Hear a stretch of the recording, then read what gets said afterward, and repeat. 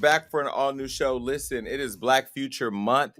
I don't know if anybody's missed the memo, but Kanye West has officially changed Black History Month to Black Future Month. I feel like we're talking about Ye a lot over here at Hollywood Unlocked, Damage and Blue, because we actually talk to him every single day. But this past weekend, we had the Black Future Brunch, and I just want to kind of set it up because there's a lot of speculation online what this is about. And what's so crazy is, why do we need to speculate why Black people came together to honor one another? So just to bring people up to speed, Kanye West and I were talking about Black History Month, and he said, I really want to reclaim our Black History Month as Black Future Month, because I'm really focused on the future of how we can invest in technology and media and fashion and food and in industry and technology. And I was like, yo, and I said, okay, what does that look like? And he created this symbol. And let me show you what the symbol looks like right here. Well, when he posted that on his Instagram, I said, yo, we got to make this more of a movement and less of a moment. And he said, yeah, I agree. This does need to be a movement. So where do we start? What do we do? And he has a lot of great ideas in terms of how to build under all those pillars. But I said, let me tell you, from where I sit, where we need to start is with Black media. People who are in the media, who are Black, who look like me, who talk about people who look like you, and let's get them involved, because ultimately we want them to be the storytellers that go back and help us control our narrative. We need to reclaim our narrative. And in that conversation, some really powerful ideas were exchanged between the two of us. And then he was excited and wanted to do it immediately. So Damage Blue, we did this in 3 days. You both were there. I want to know a couple things. One, what was your takeaway? And two, what was your takeaway after you thought about your takeaway? Because it's been hitting me different ways in different times. Woo! Well, Jason, let's just talk about the setup of the brunch. Walking into that warehouse, I don't think I've ever been to a brunch at a warehouse. It gave me vacancy, but it also gave me like high power. It was very illuminating. Like, this was the most, I've never seen anything like this. Instead of the round table, there was a triangle table. I'm not gonna lie, I didn't know what I was walking into, right? But I think I did. I was like, I know when you walked in that warehouse, you saw that black triangle. I know you were like, ooh. I said, wait, are we about to do a blood sacrifice? No, I'm just playing. But I think what was amazing about it, because I did get to go outside and walk back in with all the people from media, and to get to see friends like Carl Cherry that's at Spotify, my boy Trent from Hip Hop DX, and so many people that are from so many different media platforms, but like you said, that look like us. I thought that was the most powerful thing, because I remember back in my old days of hosting, I used to see a lot of these media personalities and all these people that work at these media platforms. And I felt like there hasn't been an opportunity yet for us to come back together and talk about issues that affect us as Black people. So just that alone was so powerful, to see so many different faces, so many different people come together and talk about this topic of how we're being represented in the media. And some of these people worked at Black platforms, and some of these people didn't work at necessarily Black platforms, but they were Black people in it. And I just thought it was just a powerful moment to sit down and fellowship and kind of have that communication and create that dialogue, because I feel like with social media, we are still connected, but we're so far apart. And I feel like we need that face-to-face interaction. Yeah, and it's so crazy. We're always hearing people have those conversations about the proverbial table. Like, I want a seat at the table. Where's the table? What you bring to the table? I am the table. We're always hearing that talk. And I think one of the things that I thought about recently is a lot of us are fighting to be seated at tables that our ancestors would have flipped over, right? Not all tables are good. So when I walked in there, I was like, they built this epic Last Supper / Illuminati / you could tell somebody got money, beautiful ass table, but it's a table that we built for us, by us, to feed the community. So that kind of struck me immediately. And then when I sat down, I was like, now, Blue, you don't know how to lie. Do you want to say anything? Because you don't know how to lie. And so when Jason was like, no, take the mic, I was like, wait, we're in a space where people can tell the truth and be surrounded by other gatekeepers and not be demonized for it. So I love that diversity of thought was so encouraged. Jason, every time you and Ye were honest and talking about how you guys have disagreements and how you work through it, there was so much power in seeing two alpha males like show to the public, well, not to the public, to everybody at the table, what it's like to disagree and still find a way to find a middle ground and find what's best for the community. I feel like a lot of times when people see you with Kanye, they assume you have to be a yes man in order to be around him. But literally all we did was talk about diversity of thought. And that's what's so powerful to me is Black folks don't have to agree to be powerful. We just have to be on the same page.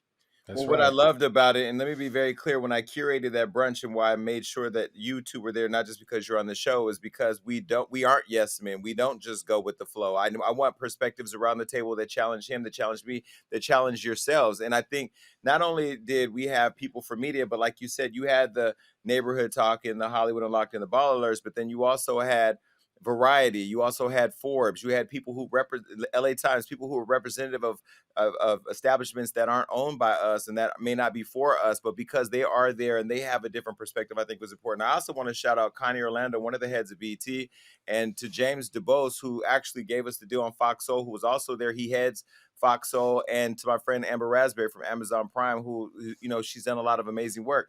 I felt once we started to talk and people started to look around the room and go, can we really say whatever we want to say? I remember Kanye saying, say what the fuck you want to say and stop apologizing for being honest. And I was just like, yo, it was good to hear him say that. I felt like when he said it, everybody else felt like it gave them permission to do it.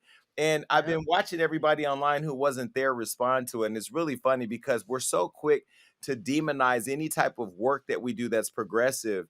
And I walked away feeling so powerful. I felt so filled up. We were able to honor Gail Mitchell from Billboard, who's been a pillar as a Black journalist for many years over there, and who's done a lot of phenomenal work. She's actually the one that did the announcement for Hollywood Unlocked's national radio show when nobody else at Variety or Deadline wanted to pick it up. And so when I thought about the community that we created that day, I won't lie, I walked away feeling like it was bigger than I had imagined when we put it together. We knew we were pulling together 50 people who look like us, who does the work that we do, but I left feeling just this has to be a bigger mission, a bigger movement. And Ye has called me every day about I want to do it again this week. I'm like, we can't do it again right this week. Like, let's make this purposeful. But he wants to do it every week because he loved it. What were some of the takeaways that you guys got from the actual brunch, like tangible takeaways that you actually received or saw?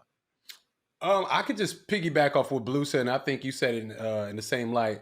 The fact that people could have their own opinions, but there was no canceling in the room, there was no arguing. We can have a difference of opinion, but still move towards the same goal. And I think that's what's so powerful about sitting down at the table. You have an idea, I have an idea. Let's try to meet in the middle and see how we can work together. A lot of people are all tied up to Kanye's personal life. But what he did, well, along with you, Jason Lee, is set down people that needed to have their voices heard and to talk to each other. A lot of people haven't had the opportunity to have this crosstalk with each other. Like you're naming legendary names that I don't know last time or if I ever even met these people. It's a powerful moment. There was some young people in media there. I was sitting next to a young lady that worked at Ball Alert, and you're talking about somebody that's an OG, a legend that walked that billboard. There's a networking opportunity. There's a fellowship opportunity. There's a mentoring opportunity there. So I feel like it was so many things happening on so many levels that it was just kind of like I just sat back, I'm an observer. I just sit back and just like, wow, this is crazy. Like I'm sitting next to my boy Carl Cherry. We got the future of media sitting over here. We have the OGs of media across the table talking Yeah, about, Arnold people that Turner, worked who's at covered the BT. red carpet for years, sitting in there. It was one of the moments for me that was really important was when the lady from Essence said that, sometimes our celebrities, our Black celebrities, feel like the ice is colder on the other side. And Mm-hmm. that oftentimes these Black celebrities run over there to the affection of white people. This is something I've been saying for a long time. Remember, that was a criticism that I've said to a lot of people right here on the show. And she said, like, we would love to have you on our cover. And Kanye took her number, called the owner of Essence, and now they're setting up the photo shoot for the cover of Essence. I mean, that was the power of the transactions that happened between Black people in that room. This is somebody who, came there not knowing why she was there, because I'll be honest with you, we didn't even know everything about what we wanted to do until we literally were 2 hours before the event, because I started calling people, asking them what it meant to them. Like, what do you think today mean? What would you like to see out of today? And so we shaped it that morning. But I think, nobody really understood how powerful it was actually going to become. Shout out to Armand Wiggins. He's a YouTuber who I've showed a lot of love on some of my shows. He was invited there, and I know he's on his come up, and I think back from the times where when I was where he was, and I just moved to LA, and I had all this ambition and I wanted an opportunity, but nobody opened doors for me. I said on my Instagram when he posted me, he said I was the GOAT. I reposted and I said, I don't build tables to sit at them alone. I'm not insecure. I don't feel like I lose anything by sharing my space with others. Yes, I'm building my relationship with Ye, but it's important for him to know all the other people I have a relationship with who are important. And so when I'm sitting there and I can sit across from James DuBose from Fox Soul and have a dialogue about how we disagree over money or how we disagree over price and value, and not value, but price. And then for Ye and I to show that we disagree. One of the criticisms that I've been getting online is that, and this is where I think we all have to kind of check how we do what we do, right? I am a Black man, Black entrepreneur, Black CEO, and oftentimes I've been discredited by my own people. The first thing, whenever I got close with Cardi, we were Cardi Wood Unlocked. Then when I got close to Floyd Mayweather, it was, oh, he's in Floyd's pocket, he's in Floyd's pocket, or he's on Floyd's payroll. Then when I got close to Ye, oh my God, he's brainwashed. Me and Ye have disagreements and very spirited conversations around perspective. And what I respect about that man is that he doesn't try to change me. He doesn't try to tell me how I should behave. Just like I think in that moment, Blue and Damage there at the brunch, all of us were exchanging ideas from multiple experiences, but none of us were trying to convert anyone to believe our experience was better than theirs. Yeah, I will say, because you guys know that I'm a social commentarian and people tend to see me as the one who's going to call out the bullshit. When I posted about how transformative and beautiful and sincere the event was, the same folks who for the past 15 years have trusted my judgment were suddenly giving me a side eye. And I was like, isn't it funny that if I had written a piece dragging everything and saying it's all crap, you would have been the first ones clapping and saying, yes, Blue, good job calling it out. But when I tell you that I hit something good and that there's good news and that all these Black people are coming together to break generational curses and create generational wealth, and we're all in the same room in the same way that we often clap for the Jewish community and the Asian community for doing. That's what stuck out to me is we always talk about how the Jewish and Asian community are really good at galvanizing and coming together. Sunday felt like we were finally doing what they have always been doing. You know what I mean? It felt good to have everybody in the same room. And instead of assuming about each other, we were sitting across from each other and talking directly about how to impact change. And when I go back and tell my audience, you guys, something good happened, they were like, it's Ye and Harriet Tubman and the ghost of Harriet Tubman. And I was like, wait, pause though. Like, pause. We always say that when someone hurts you, the best case scenario is for them to find a way to make it right. I just told you I was part of something that was going to make it right. And you guys were so stuck on being angry that you couldn't let go of your anger to leave room for change. And so for the audience, I am challenging you to ask yourself, do you really want change or do you really just like complaining? Because real change happened on Sunday. And let's be very clear. I'm not going to be a part of wanting to see the permanent and total destruction of my people. We can have our moments, and I've had many disagreements with people. I've had public disagreements with Megan Thee Stallion, but I've also talked to Megan Thee Stallion today. There are a lot of conversations happening, a lot of healing happening on my end that I'm intentionally choosing to do. What I will say is that I've been very critical of the things that he's done and said in the past. I've told him that, and I will continue to tell him that when he does things. One thing that I won't do, and I want another highlight from the brunch, is he was in a back and forth exchange with Kim Kardashian, his wife, and the mother of his 4 children, while we were actually sitting there having this inspirational brunch. And I'm sitting there watching him post on his Instagram the stuff he was posting. And so he looked up and he said to everybody, he said, if you were looking at my Instagram right now, y'all would say I'm crazy, but do I look crazy? And I almost died because when I think about it, it's a man in a fight with his baby mama. That's really what it is. And there's a lot of men that I know, including my brothers and cousins, who've been in fights with their baby moms. And that doesn't mean that defines, or that circumstance defines who he is, and some will say, oh, well, he's not on his meds and he's crazy. Well, guess what? I'm not on any meds, and some would say that I've been crazy. But I feel like it's the moments of vulnerability, or maybe like the lack of having good people around or good community, that should not define us forever, especially when we're in a world of Whoopi Goldberg and Joe Rogan right now when we're looking at the disparity among Hello. our people and how we're being treated in a space where a far more egregious act of racism is being treated very differently than how we're treating a Black icon. And I think Amen. to some degree, this brunch, even though it was put on by you, Jason Lee, and Kanye, was bigger than Kanye's personal life. And I feel like a lot of times we get so caught up in these celebrities' personal life that you're not understanding that this was a Black media brunch.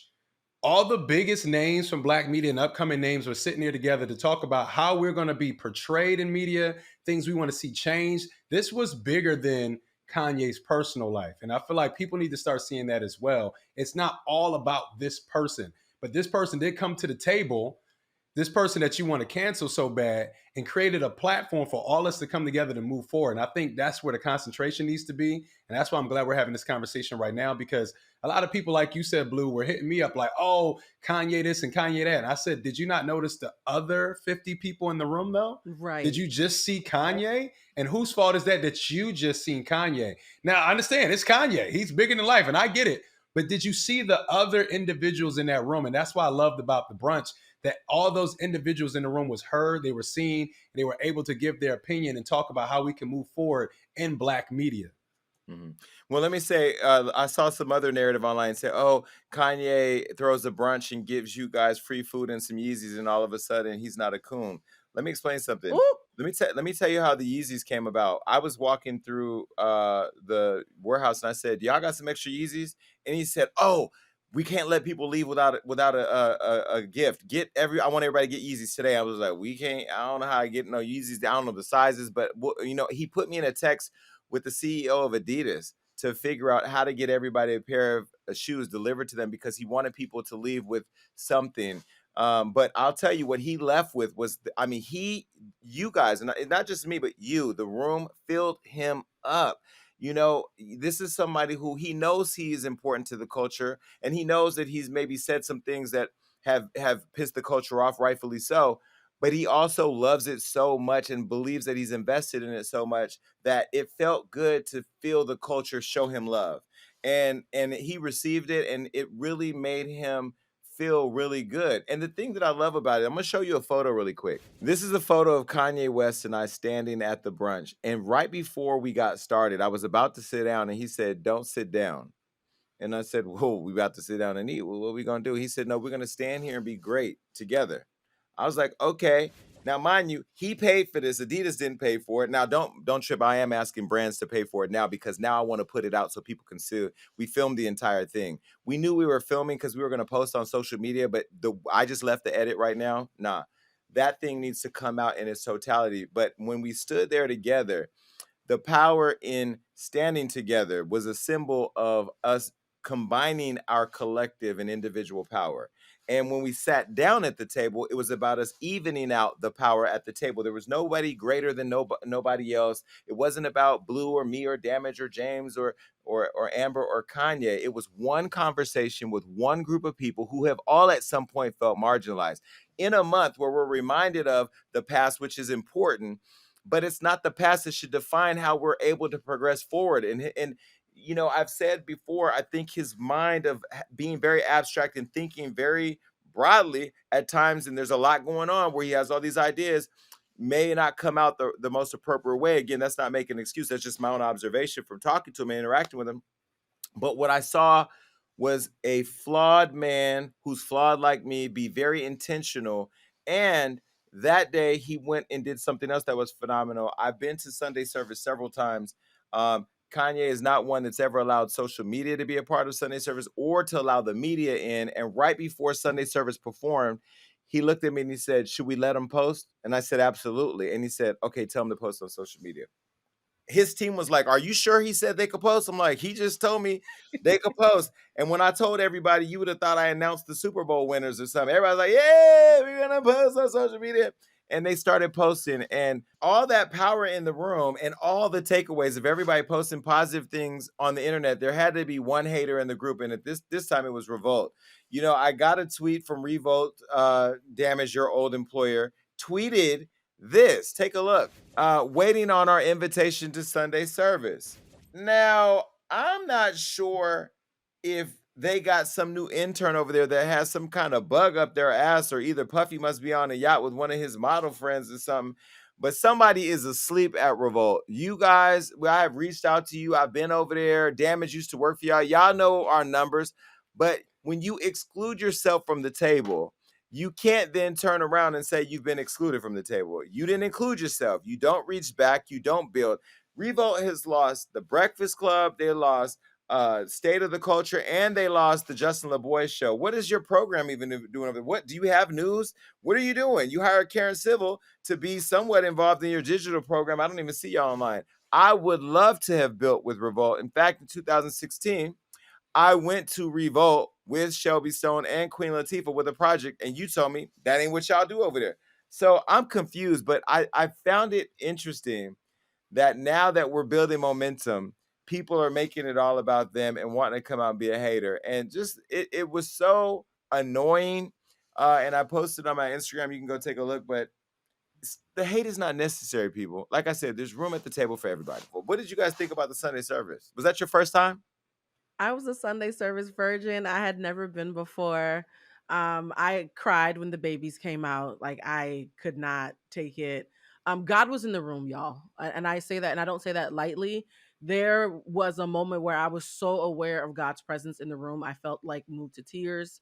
There was so much love in the room, and it also made me think about all the times that I've judged people who were celebrated from a distance, not really knowing where their heart is. So it's gonna make me more mindful about who I wag a finger at, because what I saw at Sunday service, you couldn't fake that. And afterwards, Jason, I was part of that promo that they did afterwards, and I stayed behind and did a promo with the Sunday service choir. And they all stood around me in a circle while I talked about what my vision is for the future of the Black community. And at one point, they all started clapping for me, and I started crying. There was so much love in that circle. I don't know when the video is coming out, but like that purity, I really, really wish our community as a whole really knew how powerful we are when we all come together from a place of love and God. And I felt God that day. So let me show So you a couple more visuals from that brunch. Take a look. This is a table of all of us sitting there. This was the dynamic. This was a V-shaped setup where we could all face each other. It was very intentional about being able to look each other in the face and talk with one another. And you can see everybody was dressed in all black.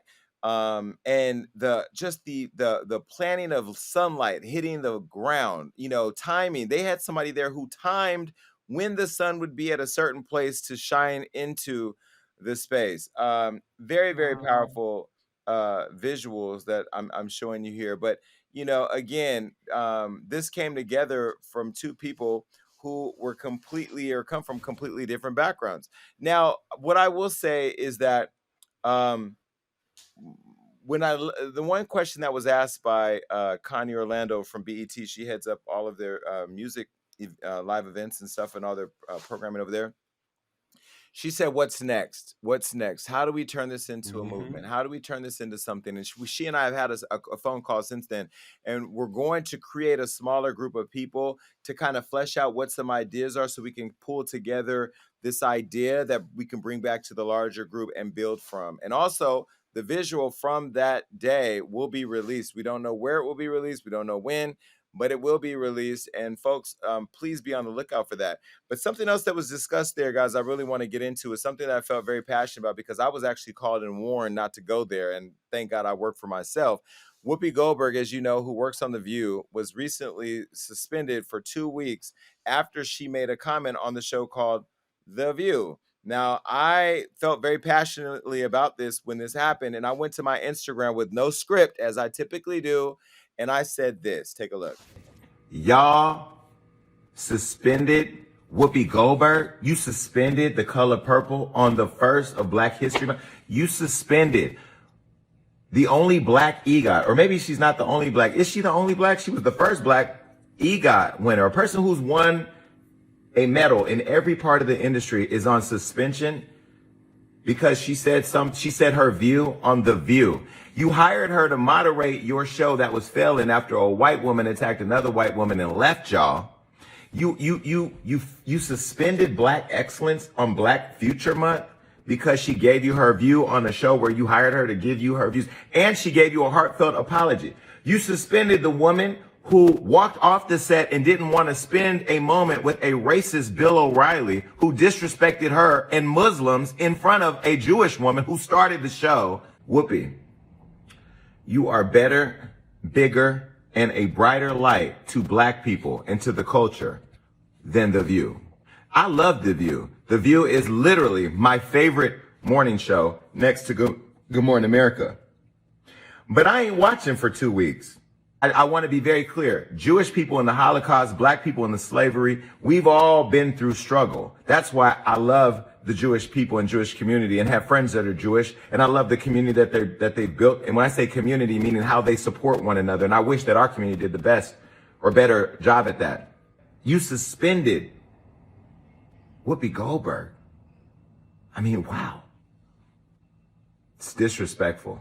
Bring Whoopi back. After that went viral, I got phone calls from friends of mine saying I needed to be careful because one day I'll be doing a deal and we don't want that video to pop up and ruin it. And I was really surprised that this person who knows me and knows that I am not the one for the politics said that to me in my face. And they were really uncomfortable to tell me that because on one hand, I know they were really looking out for me, but on the other hand, they knew I was going to be offended by it. So that's what happened with the Whoopi Goldberg.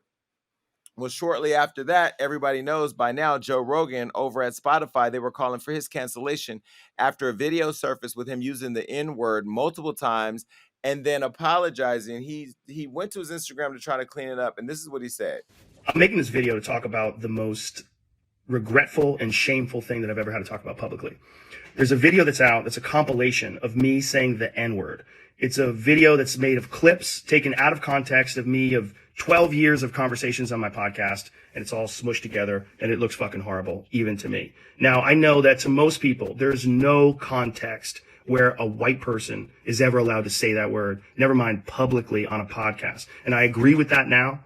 I haven't said it in years, but for a long time, when I would bring that word up, like if it would come up in conversation, instead of saying the N-word, I would just say the word. I thought as long as it was in context, people would understand what I was doing. It's a very unusual word, but it's not my word to use. I'm well aware of that now, but for years I used it in that manner. I never used it to be racist because I'm not racist, but whenever you're in a situation where you have to say, I'm not racist, you fucked up. And I clearly have fucked up. Now, I'm confused. I'm looking at something that's very clearly disparate to me. Whoopi Goldberg has lost almost $200,000 and has been publicly admonished and taught that she better sit down. And Joe Rogan's company, Spotify, stood by him. This is a man who took $100 million, right? And this was even after India Ari called them out and said she was going to take her music off of Spotify. She since then retracted. Somebody probably called her and gave her back. I don't know, allegedly. I don't know what's going on. But either way, what did you guys think about these two very similar, but yet different situations? I will say this because I don't watch The View often, but I've seen in my many years of just being on social media, some of those hosts say some just socially incorrect things so many times. I've never seen any suspensions. I see apologies. The show keeps going. Whoopi Goldberg is an icon, period, but definitely in the black culture.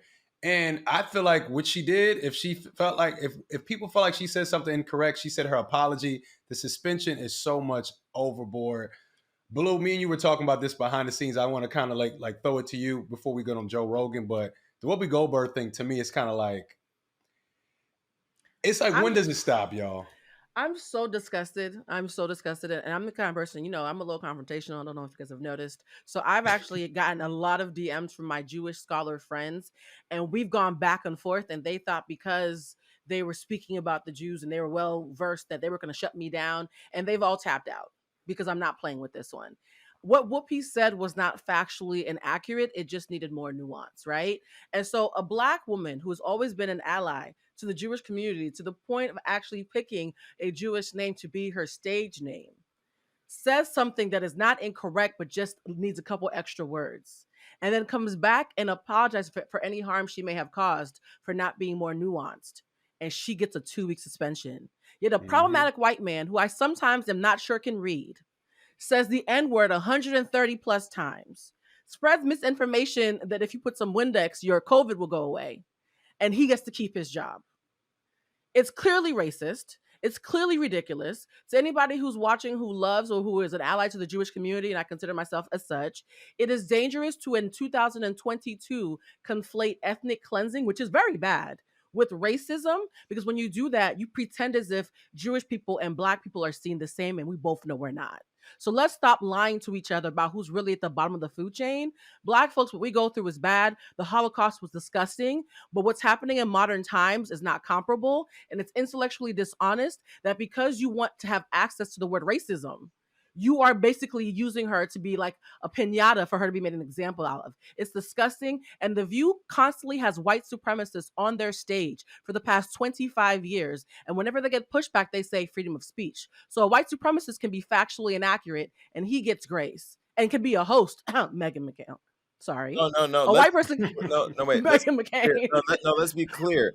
The day that Whoopi Goldberg, as I mentioned in my video, walked off the set with Bill O'Reilly, she walked off the set because she said, I don't want to share the space with a racist, her and Joy Behar. When she came back, Whoopi was publicly admonished by Barbara Walters at the time, who told her, we don't just walk off and throw up our hands. This is where we say our view. Where were you at, Barbara, when they did that to Whoopi? You know, so why do the rules only apply to people that don't? Why do they only apply to us? Why they don't apply to the people that don't look like us? And let me tell y'all, to you, hey, you watching high, the reason why I'm not bigger than I have all the potential to be is because I would have came back on live TV and I would have said, fuck y'all.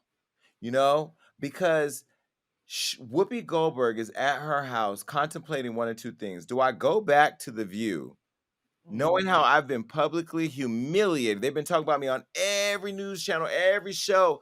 Do I go back and sit there and don't say anything like a good old nigga and just get right back to work? Or do I go back and get the same affordability Kelly Ripa did when Michael Strahan didn't tell her that he was leaving the show, where I get to stand there, a single camera with no audience talking, and say exactly how I feel?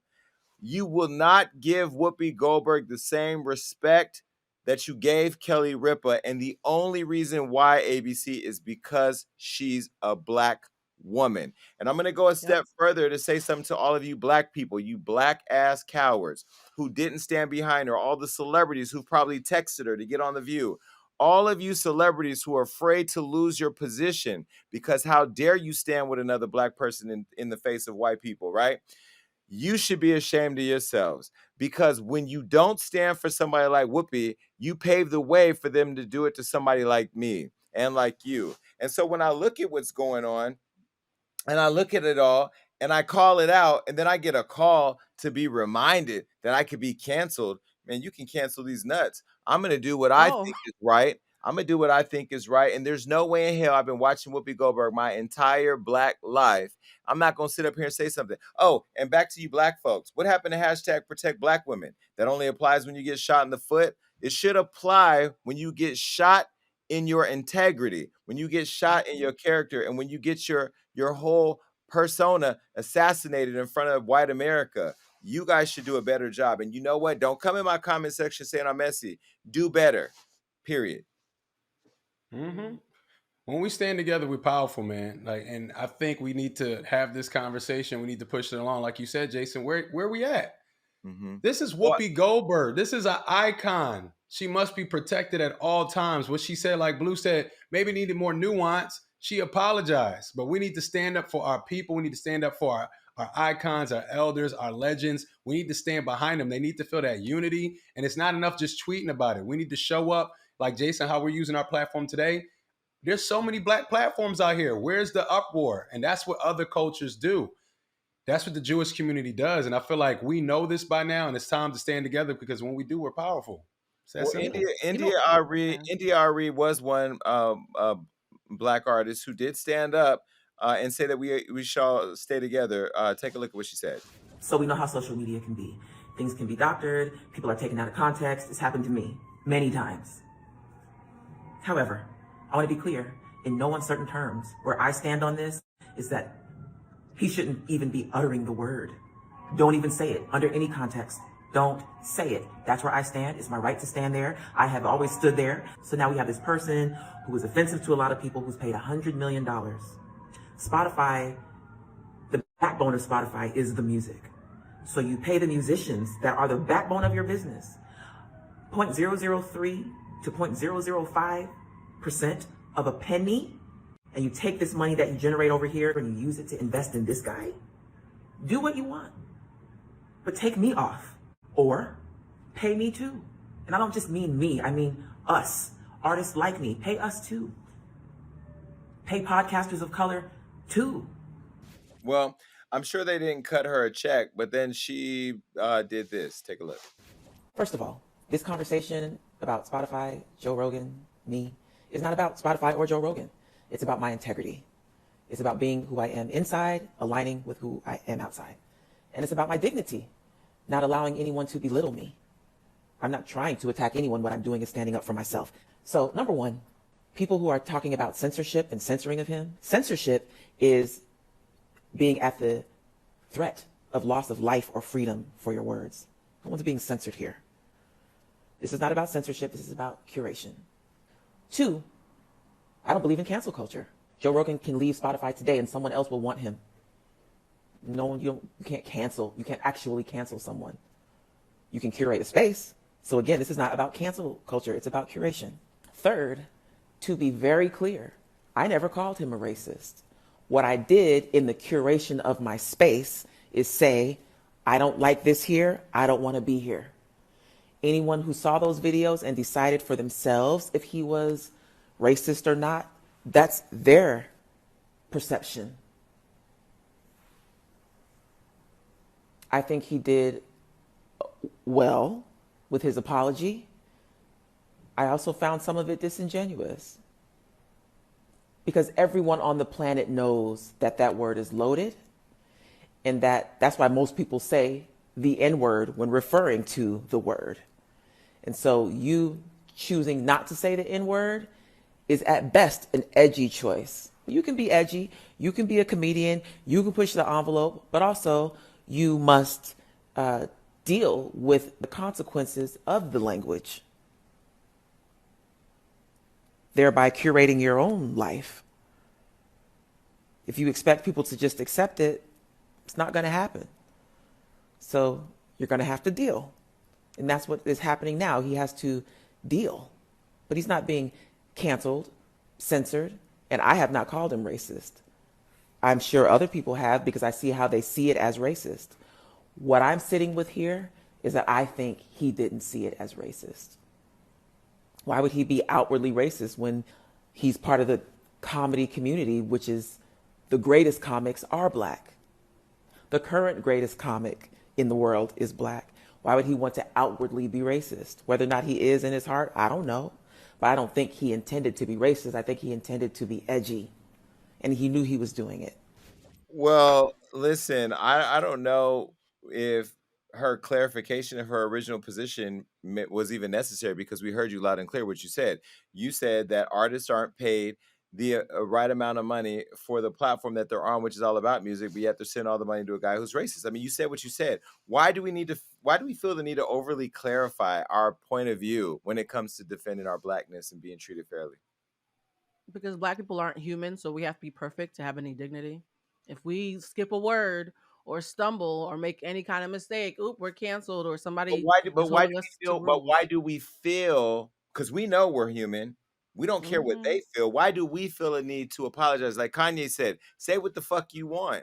Don't apologize. Just say what you want. And I'll say in the same breath, Blue and Damage, I don't believe Joe Rogan should be canceled. The only reason we believe Joe Rogan should be canceled is because we're mad as hell that we would be canceled for far less. Look at Whoopi, right? So when do we get to a place where accountability culture can replace cancel culture on all spectrums? Where's Taylor Swift? this is gonna sound weird, but I feel like Spotify has made it clear they only listen when really big white acts speak up. No shade to Neil Young, he was white, but he wasn't big enough. So where are the Taylor Swifts and the Adeles and such? Because if Taylor Swift says I have a hangnail, can we stop having music played on Tuesdays? They stop playing music on Tuesdays, right? So for anybody who says they're an ally to the Black community and you are well aware of your privilege, you're well aware when you do those, oh, everybody needs to go out and vote. Suddenly you're front and center talking about politics. You know how much power you have. You know how much impact you have. If you're an ally to the community, for a story this big that talks about misinformation about the medical community and racism, why aren't you speaking up? Taylor Swift has spoken up about less egregious acts, and I'm wondering where those white allies, quote unquote, are now when this has become a huge mess with Spotify. If they don't speak up, none of this matters. I'm sorry. Spotify's not going to listen to us. I mean, unfortunately, I know NDIRE was calling for artists to take their music off of Spotify. These artists don't own their music. A lot of them, they're owned by white companies that have partnerships with companies like Spotify.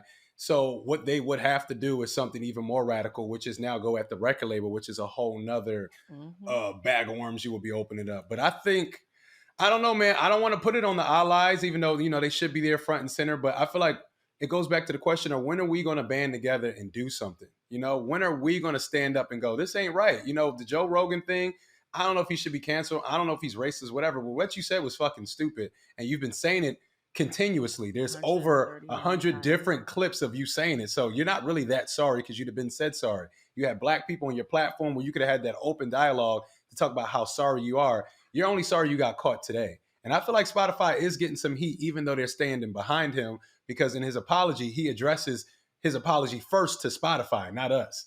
So there's something that is going on in there. But it's not just the N-word, guys. It's not just the N-word. He did. But wait a minute. This is still a man.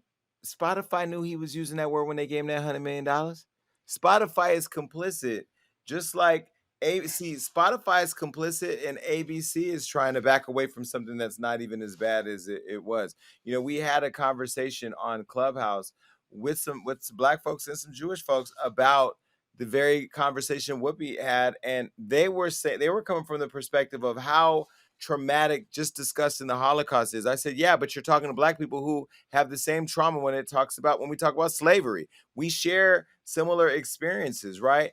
But I don't think that we need to destroy one another because we don't understand. I think ABC and The View lost an opportunity to bring people together. But somebody that is standing for themselves is actress Zendaya. She now is going after Dare America because they're coming after her show, Euphoria. Now, we've been talking about the HBO hit show Euphoria, where they say that the show glorifies teen drug use.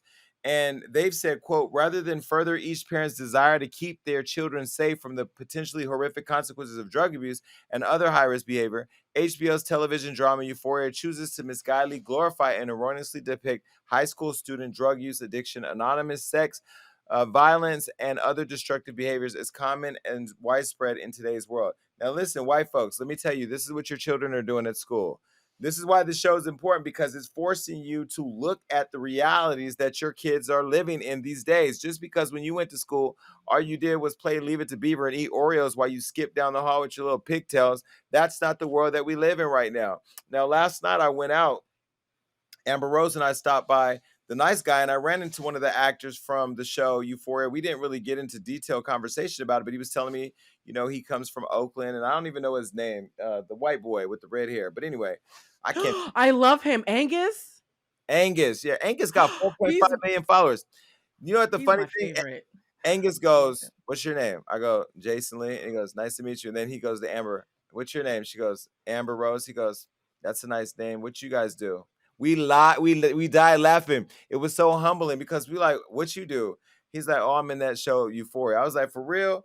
I said, oh, my friend Taylor Bennett. And when I went to his Instagram, I'm like, damn, you got 4.5 million followers. But anyway, he didn't know who I was. But, it was interesting to be able to see the conversation happen online with Zendaya, where now Dare is going after her and she's standing up. So Zendaya says, our show is in no way a moral tale to teach people how to live their life or what they should be doing. If anything, the feeling behind Euphoria or whatever we have always been trying to do with it is to hopefully help people feel a little bit less alone in their experience and their pain, and maybe feel like they're not the only one going through or dealing with what they're dealing with. And, you know, if you've never met Zendaya, she's a beautiful, sweet girl. So I don't know. Are they reaching here?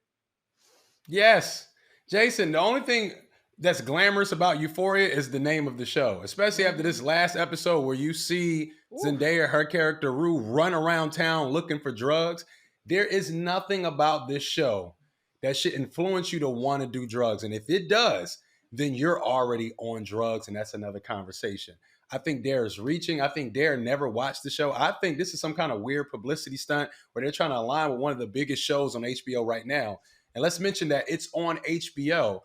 This is for grown people. None of the children shouldn't be watching this show at all. I'm not sitting down with my son to watch it, teach him a lesson. If anything, for me as a parent, I watch it for things to look out for with my 9-year-old son, who will soon be a teenager in the next few years. And it scares the shit out of me to make sure I'm doing my due diligence to make sure I'm keeping my son's environment drug-free. If anything, this thing is like, afterwards, I feel like I need Tylenol. I want to get I need to cleanse my soul. This show is insane. There's nothing glamorous about this show at all.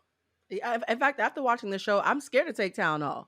They got me scared of prescription drugs. That show is like scared straight. Like, it is so frightening. And Sam, Zendaya's partner, who actually co-produces and created the show, he has a history with drug abuse in his family or somewhere in his own personal narrative. So a lot of the subject matter is coming from personal experience. So the accuracy is what's really scaring some people. But here's the thing: I just interviewed a couple of days ago. They're doing this big thing with the Super Bowl. We sat down to talk, and I asked them about the show because they have kids, and they said they actually watch Euphoria with their kids and talk about it afterwards because it opens up discussions for things their kids would never bring up. And to Dare, you are full of shit, because y'all know I love to study things. I've had to write about Dare extensively and what a failure they are as an organization. I'm looking straight into the camera. You are a freaking failure. There have been several studies that have been done that have showed that there has been no improvement in anything that Dare's ever been a part of. And you know why there's been no improvement? Because they, and I quote, foster public hysteria instead of having evidence-based education.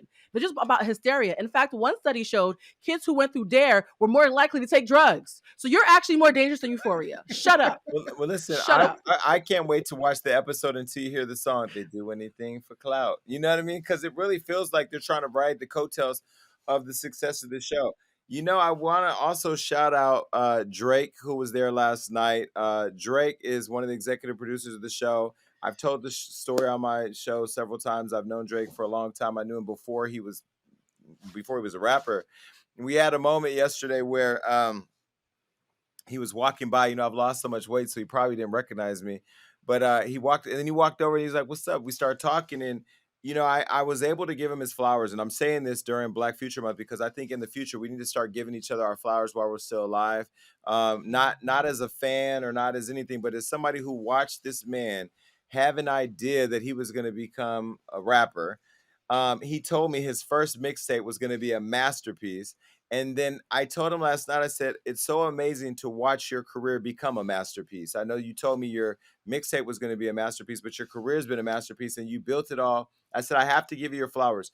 You built it all with integrity, with talent, and with such class. And I just have to tell you on the outside, I'm so proud of you. And I'm lifting you up. And he was really grateful for that. He said, man, it's been such a long time. We've come such a long way. And when I think about his career, when I look at him, sometimes I got to sit back and I don't look at Drake as a fan, although I'm a fan of his work. I look at him as he is literally the dream of being a young Black man with an idea, with a dream. And he figured out his thing early and he tapped into it. And he smells and feels rich, by the way. He had a cashmere sweater on and I was trying to smell him, but I didn't want to seem too gay. He was really, really cool. And I said to him, I said, hey, so, you know, he said, good. He said, congrats on that Ye interview. I said, yeah, I'm waiting on yours. He said, I don't see it too far away. So, you know, Drake, you're always welcome here on the show. But it's good to be able to see people reach their dreams. And I say all that to say to Zendaya, she's another young girl who has built a career out of respect and integrity and purpose. Love her. But isn't it amazing how no matter how great you are, they'll always still try to tear you down? Always.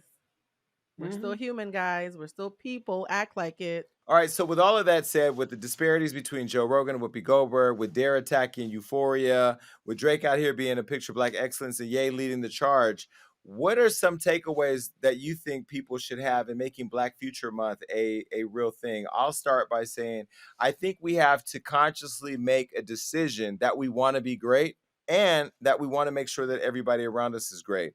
The other thing I would say is that we have to be more mindful of resources that are available to us wherever we sit and making sure that they're circulating among our people. I think oftentimes we feel like we got to keep it all to our chest or we can't share because somehow we lose something. And the third thing is we need to stop being haters, okay? Because that's Stop the being a only way that hater. we could be great, okay? Damage Blue, what do you think? I will say this, and it's going to be quick. I think it kicked off with the Black Future Brunch.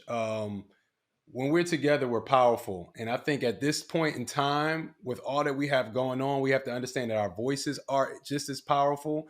And we got to let people stop playing with our name. People shouldn't be able to play with Whoopi. People shouldn't be able to play with Zendaya. People need to stop being able to play with us, and they think it's okay. We need to really band together because, like I said, together we're powerful. Yeah, and I would just say that a lot of you have, and I'm saying you because it's the proverbial audience that's watching us, you've become addicted to rage. They always say that anger is the closest facsimile to power. So a lot of you feel disempowered, and so you act mad because at least when you're mad, in that brief moment, you get to pretend like you're powerful. My advice would be to stop doing that and find some real power by trying to envision how you can be a part of the solution. Stop complaining and start fixing it. Yeah, I agree with all that. And I hope that everybody watching today feels empowered to share this video. Make sure you tell people the experience that we had. And let's continue to keep this love thing going, man. Be Black, be proud, be strong, and be the future. Peace. All right, look, that was a great show. And make sure you keep coming back because we got all types of amazing interviews and topics that are going to make you go crazy. That's right. That means like, subscribe, do everything you need to do to make sure you stay up to date with what we got going on. And ladies, stay tuned in because you know I have your back. And listen, make sure that you're commenting below because even though I say I don't read it on the show, that's all I do when it's over. Peace.